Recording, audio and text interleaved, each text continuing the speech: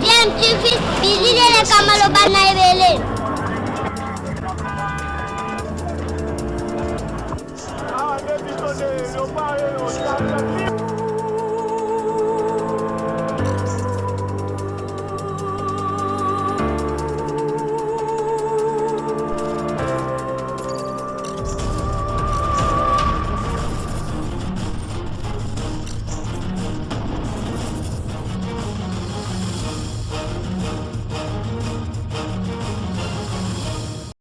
Tu veux toujours un enfant. Honorable Jean-Claude, bonjour. Bonjour. Je rappelle que vous êtes député national élu de la circonscription de Kassangouzi. Aujourd'hui, l'actualité reste focalisée notamment sur l'arrivée du secrétaire général de l'ONU à Kinshasa. Cette arrivée a été même confirmée par le chef de l'État qui se dit prêt à les recevoir. En tant qu'acteur politique et député national, comment appréciez-vous l'arrivée du secrétaire général des Nations Unies? Avant de commencer par le secrétaire général des Nations Unies, il faut commencer par différentes personnalités africaines et mondiales qui viennent ici au Congo. Ils ne viennent pas pour dire bonjour à M. Kabila, comment vous allez, comment vous vous comportez. Non. Ils viennent parce qu'il y a un problème dans ce pays. Le problème qui se passe, c'est que nous ne pouvons plus accepter autant de morts. Nous sommes déjà 12 millions de morts depuis l'entrée de la FDL. Jusqu'à ce jour, nous ne pouvons pas continuer ainsi. Monsieur Kabila, c'est quelqu'un, il aurait été de bonne foi. S'il respectait sa parole, on n'en sera pas là où nous en sommes. Les élections devaient avoir lieu novembre 2016. Comme lui-même n'étant pas candidat, à travers la Constitution qu'il a voulu tripoter et tout consort, ça n'a pas été. M. Kabila est en train de faire retarder les choses jusqu'en 2022-23. C'est là où le peuple ne veut pas. Souvenez-vous, il ne faudrait pas avoir la mémoire courte. Souvenez-vous, au mois de mars 2011, Ngoï Mulunda a fait une déclaration officielle que les élections auront lieu au mois de décembre et pendant 6 mois, nous allons passer aux choses finales. Pendant 6 mois, on n'est pas passé. Quelle que soit la manière de la tricherie à la tronçonneuse de M. Kabila et ses amis, mais nous sommes partis aux élections. Alors, qu'est-ce qu'il faut attendre? Alors, non, je dois vous répondre. Ça a commencé par le nouveau président angolais, Sassou Nguesso, qui sont venus ici pour lui dire, M. Kabila, nous ne voulons pas avoir la ruée comme ça s'est passé au Kasaï. Parce que chez vous, ça ne va pas. Les gens veulent que vous acceptez et que l'alternance puisse avoir lieu. M. Kabila, à travers ses promesses qu'il ne respecte pas, c'est pour cela que vous voyez maintenant il y a autant de délégations qui viennent pour lui dire de respecter la Constitution. Il n'y a pas longtemps, le président Zimbabwe qui fait la transition est passé. Ali Bongo est passé. Il est parti en Zambie. Sans compter d'autres délégations qui viennent la nuit. Le pape François l'a appelé à plusieurs reprises. Donc vous pensez que l'arrivée du secrétaire général des Nations Unies, c'est dans le cadre de chercher à ce que le président de la République, Kabila, cède le pouvoir et qu'il y ait alternance? Mais il n'y a même pas que M. Kabila cède le pouvoir. La Constitution ne lui octroie plus. Quel pouvoir que M. Kabila va céder? Qu'il organise l'alternance. Maintenant d'ailleurs, on commence même à se poser des questions. S'il ne faudra pas un autre président pour la transition. Parce qu'avec M. Kabila, nous risquons d'avoir encore beaucoup de problèmes. Le secrétaire général des Nations Unies vient pour dire que les Nations Unies, tous les pays du monde concernés, vous demandent de vous mettre à côté que les élections puissent avoir lieu. Alors dans cette même optique, il y a un communiqué qui a circulé les réseaux sociaux, notamment à travers WhatsApp et autres. La République du Botswana demande également au président Joseph Kabila de quitter le pouvoir et d'assurer une alternance. Comment avez-vous personnellement accueilli cette... C'est une très bonne initiative du gouvernement botswanais qui nous ont aidés. Souvenez-vous, les accords avant d'atterrir à Sun City. On a commencé à Gaborone. Le Botswana a toujours été ainsi. Ils ont prévenu Yahya Jammeh comme ça. Ils ont prévenu Robert Mugabe comme ça. Maintenant, ce sont eux qui déclarent ouvertement que M. Kabila doit quitter le pouvoir pour que l'alternance, pour que la transition puisse aller au mieux au pays. Mais la réaction n'a pas tardé, le gouvernement congolais a réagi. Mais quand vous réagissez pour réagir, ça veut dire quoi? Deux fois quand je vois chez Okitundu réagir, je me pose des questions. S'il vit dans une autre planète, s'il vit dans une autre planète, ou s'il est ici avec nous. Ce que tout ce monde-là dise, les Jean-Claude Vouemba, les Félix Tshisekedi, les Moïse Katumbi Chapoué, les Jean-Claude Mouyambou, Franck Diongo Lipassa, et Jean Dio Mindongala, tout ce monde, nous l'avons déjà dit. M. Kabila devait être le plus grand président malgré son échec économique et social. Le premier président congolais a quitté le pouvoir avec alternance, mais malheureusement, il s'est entêté, et là, je crains que rien de l'histoire puisse garder M. Kabila. Le dimanche 25 février dernier, le comité laïque de coordination a une fois de plus appelé le peuple congolais à la marche. Malheureusement, il y a encore eu mort d'homme. Le jeune assistant à l'UPEN aussi, Mukendi, a quitté la vie. Comment réagissez-vous par rapport à cette, une fois de plus, fort malheureusement, qui a causé mort d'homme?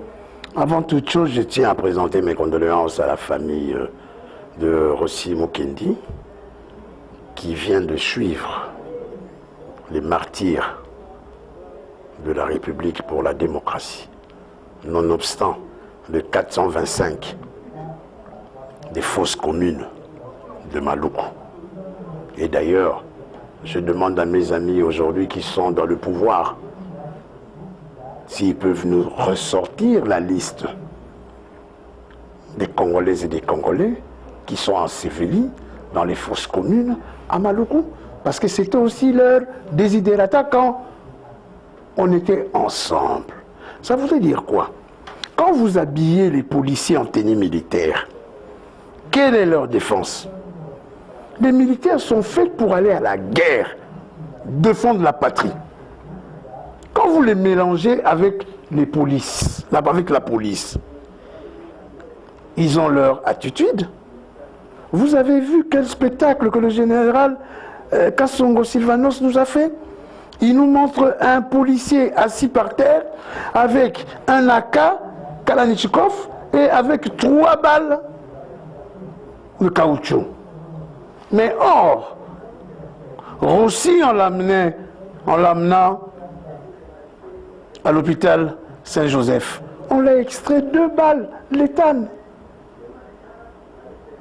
Alors on se pose des questions. Ça me rappelle l'affaire Chebea.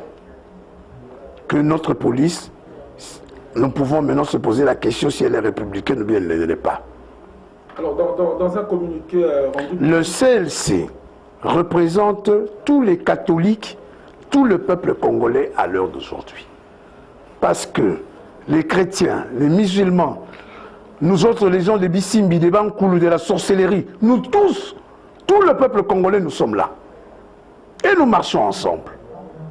Parce que nous voulons le respect de l'accord de la Saint-Sylvestre, qui a placé M. Kabila là où il est, et que maintenant que le respect n'y est plus, qui peut respecter quoi que ce soit? Dans un communiqué rendu public à l'issue de cette manifestation, le commissariat provincial de la ville de Kinshasa a déploré ces actes, mais promet de sanctionner les auteurs de ces actes. Comment réagissez-vous? Non, non. Nous connaissons cela. D'après les réseaux sociaux que vous faisiez allusion tout à l'heure, ils disent même que le policier qu'ils ont présenté, ce n'est pas son nom. Les gens qui connaissent ce policier-là disent que c'est un autre nom, et que le nom qu'on a donné à ces policiers-là, c'est un nom d'un mort, mais policier. C'est comme ça s'est passé à Makala. Donc le ministre Tambwe Mwamba fait sortir 17 personnes. Parmi les 17, il y a 2 évadés du 15 mai 2017, plus un mort. Alors, où est-ce que nous allons? Parce que la chose la plus difficile dans un pays, c'est l'administration. Comment voulez-vous un pays là où nous n'avons pas de carte d'identité? Mais les gens préfèrent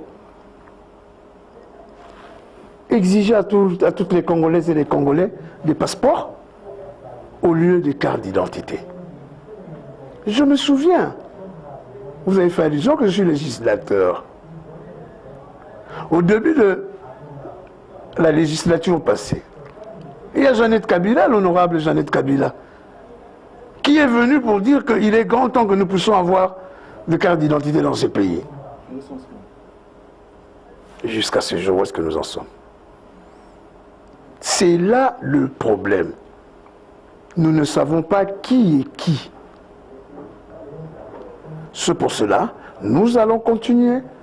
On vient de nous apprendre que le 15 mars, il y aura encore une marche. Nous allons sortir pour que M. Kabila comprenne que nous sommes à 80 millions des Congolaises et des Congolais.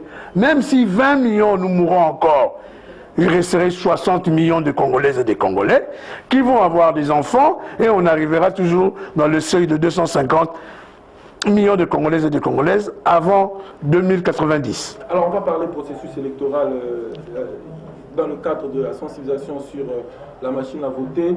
La CENI a reçu la délégation de l'UNC et du MLC. Est-ce que vous avez personnellement aussi été reçu par la CENI? Non, je ne suis pas encore reçu par la CENI. Le président Nanga m'avait invité il y a un mois. Malheureusement, ou heureusement, j'étais à Kassangoulou parce que j'avais déjà commencé mes vacances parlementaires.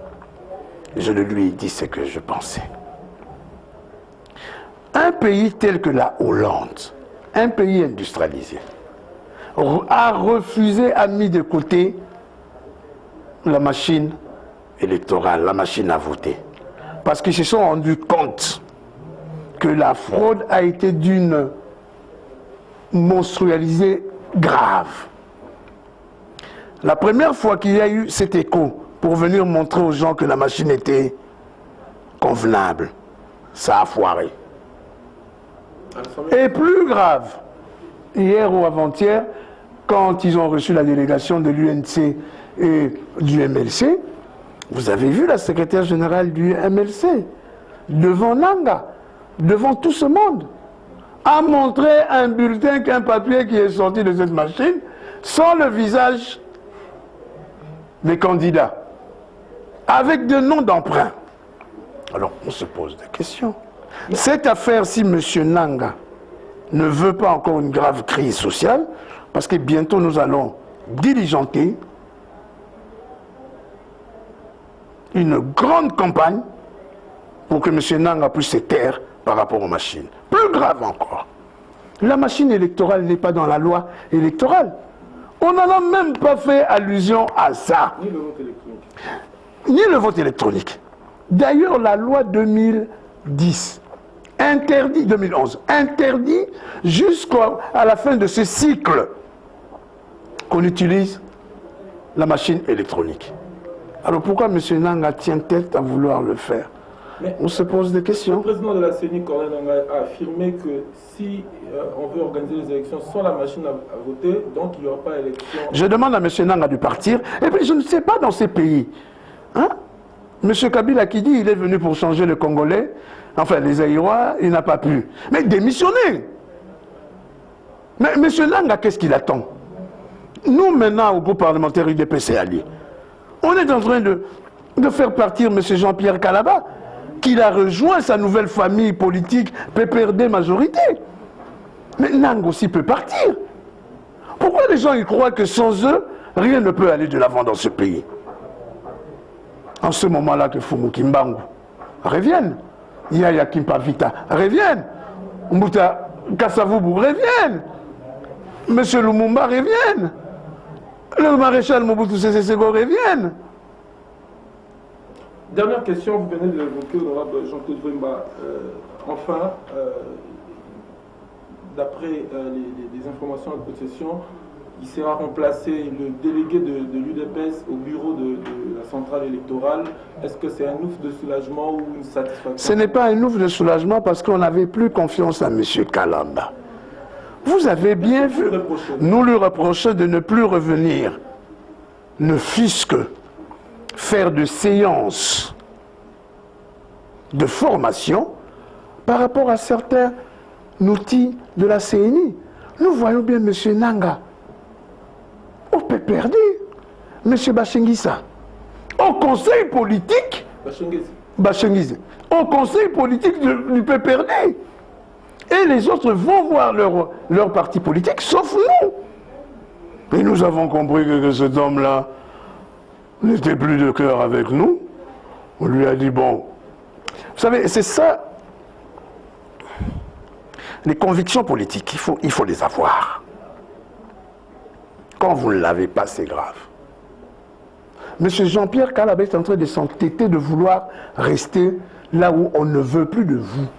C'est nous, le groupe parlementaire, à l'époque du président Sami Badibanga, qu'on l'a mis là où il est. Et maintenant, il veut désister comme quoi que le groupe parlementaire. Heureusement, M. Minakou vient d'écrire aujourd'hui à M. Corneille Nanga que le parti politique ainsi que le groupe parlementaire demande à ce monsieur de partir. N'est-ce pas là l'un des signaux forts de la décrispation de la session politique? La décrispation, c'est pas ça. La décrispation, c'est Jean-Claude Mouyambo, Franck Diongo, Chamba, les passants, Eugène Diomindongala, Firmin Yangambi, Eric Ikunda et tous les prisonniers politiques. 8 Moulong vient de sortir. Et tous les prisonniers politiques puissent sortir parce que ce sont des prisonniers d'opinion.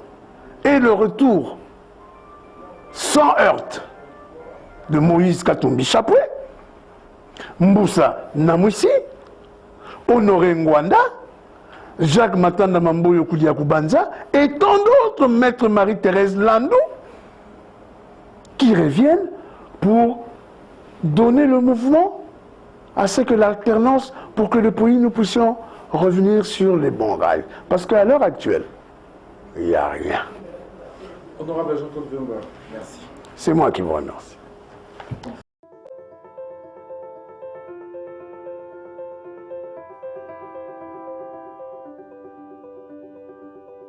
À l'heure où la RDC est à genoux, à l'heure où la pauvreté a confisqué toute dignité,